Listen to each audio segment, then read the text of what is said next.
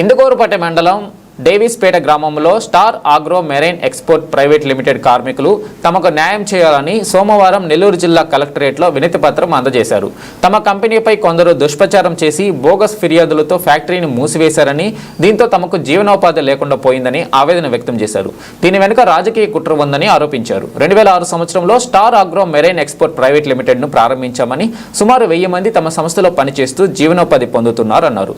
రొయ్యలను వివిధ ప్రాంతాల నుండి సేకరించి ప్రక్రియ చేసి వివిధ దేశములకు ఎగుమతి చేస్తున్నారన్నారు.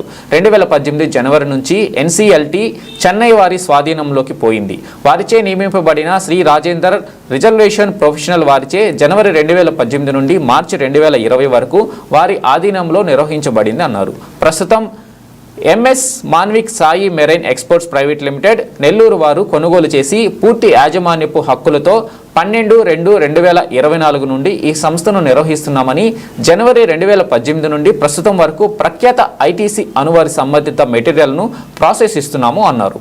మేము సొంత ప్రాసెస్ కానీ మరియు ఎగుమతి కార్యకలాపాలు నిర్వహించడం లేదన్నారు. ఐటీసీ వారు వివిధ ప్రాంతముల నుండి కొనుగోలు చేసి తెచ్చిన రొయ్యలను శుద్ధి చేసి కావలసిన విధంగా ప్రాసెస్ ఫ్రీజింగ్ చేసిన సరుకును -18 డిగ్రీల సెంటీగ్రేడ్ వద్ద స్టోర్ చేసి ఎగుమతి చేస్తామన్నారు. ఐటీసీ వారి కఠినమైన జీవ భద్రత నిబంధనల ప్రకారం నిధులు నిర్వహిస్తున్నామన్నారు. మా కంపెనీ చుట్టూ పక్కల ఎన్నో తమలాంటి కంపెనీలు ఉన్నప్పటికీ నెల్లూరు పొల్యూషన్ కంట్రోల్ బోర్డు మాపై మాత్రమే దాడులు చేసి ఫ్యాక్టరీని సీజ్ చేశారని, ఇది దుర్మార్గమైన చర్య అని ఆవేదన వ్యక్తం చేశారు. దీంతో ఎంతో మందికి ఉపాధి లేకుండా పోయిందని, తమకు న్యాయం చేయాలని విజ్ఞప్తి చేశారు. ఈ కార్యక్రమంలో వందలాది మంది కార్మికులు, ఉద్యోగులు పాల్గొన్నారు.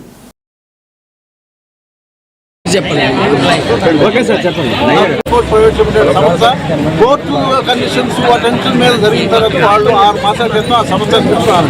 ఈ 6 మాసాల క్రితం అంతకంటే ముందు 2 సంవత్సరాల ముందు, అంటే దాదాపు 2-3 సంవత్సరాల క్రితం ఎన్నో డెవలప్మెంట్ చేశారు.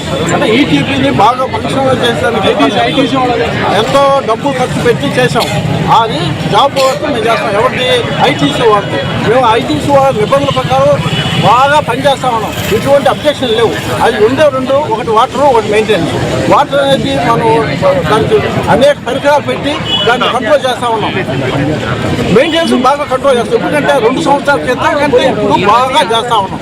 అర్థమైందా? కానీ ఈ పొల్యూషన్ కంట్రోల్ బోర్డు వాళ్ళు ఎవరు కోరుకోరు మాకైతే తెలియదు, కానీ వచ్చి చుట్టుపక్కల విలేజెస్ ఒక డేట్ ఇచ్చారు. ఆ డేట్ను మాకు కంప్లైంట్ చేశారండి.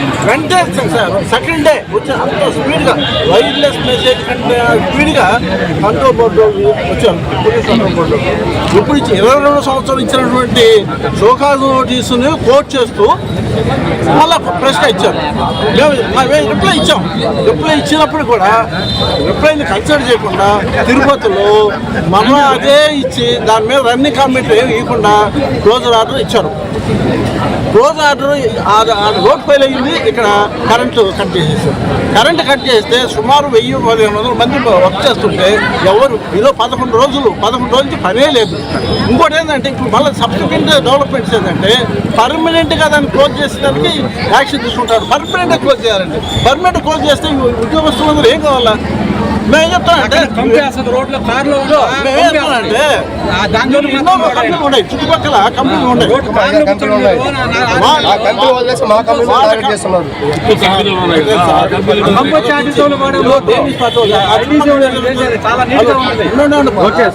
చుట్టుపక్కల డేవిస్పేట, లేబూరు వాళ్ళు మా మీద మళ్ళీ ప్రేమ ఎంక్వైరీ చేసి ఇంకో నోటీస్ అని చెప్పి ఇవ్వటం జరిగింది.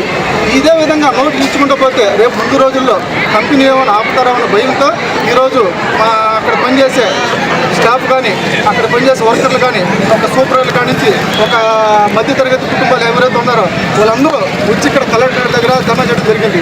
ఎందుకంటే ఈ కంపెనీ రన్నింగ్ లేకపోతే వాళ్ళకి వచ్చేది రోజుకు 300-400 రూపాయలు వస్తాయండి. ఆ డబ్బుల కోసం ఉదయం సాగా పని చేసుకొని వాళ్ళ పట్టుకుట్టు కోసం ఇక్కడికి వచ్చి జరుగుతుంది. అదే ఈ పరిస్థితుల్లో ఈ కంపెనీ కానీ ఇంకో ఒక నెల్లూరు జిల్లా ఇందుకూరుపేట మండలం డేవిస్పేట పరిధిలో 5 కంపెనీలు ఉన్నాయి. ఈ 5 కంపెనీల్లో 4 కంపెనీలు దాటుకొని మా కంపెనీకి రావాలి. కలెక్టర్ గారికి మొత్తం అందించుకోవడం జరిగింది. ఎవరు ఈ పని అంతా ఎందుకు చేస్తున్నారు, ఎవరు చేస్తున్నారు? అది ఎందుకు చేస్తున్నారో తెలియదు. అది ఎవరి వల్ల ఎవరి కోర్టుల వల్ల జరుగుతుందో తెలియదు.